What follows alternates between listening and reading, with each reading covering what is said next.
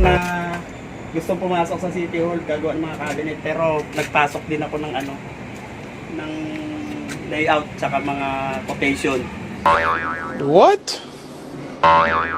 Bro, what are you talking about, man? Tatawagan natin yung engineer, hindi raw taga rito. At saka malayo raw province eh. Tatawag po tayo dahil wala tayong load eh. Tawag lang tayo para... Boy, patawag nga ako. May load ba kayo? Unli call. Sige nga, akin na nga po pa. Uy! Okay to ah! Aabot pa po sa malayuan? Oh. Guys, tignan niyo yung telepono nga. Oh! Akalain mo naman talaga oh. Maganda to ah. Ito na yung telepono niya ngayon? Wala na kayo cellphone? Pwede po ba itong ano? Pwede, ano ba yan sa malayuan? Long distance? Oh guys, tignan nyo guys. Talaga naman oh. Hello? Gunggong! Barinig kita sa mukha eh!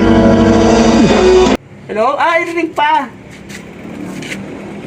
Guys, number kalimutan ko, 0922.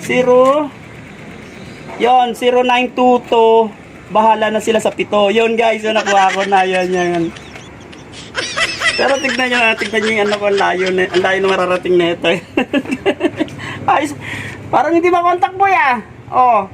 Paano ba gamitin to? Hello? Long distance. Hello. Ay, may nagsasalita rito.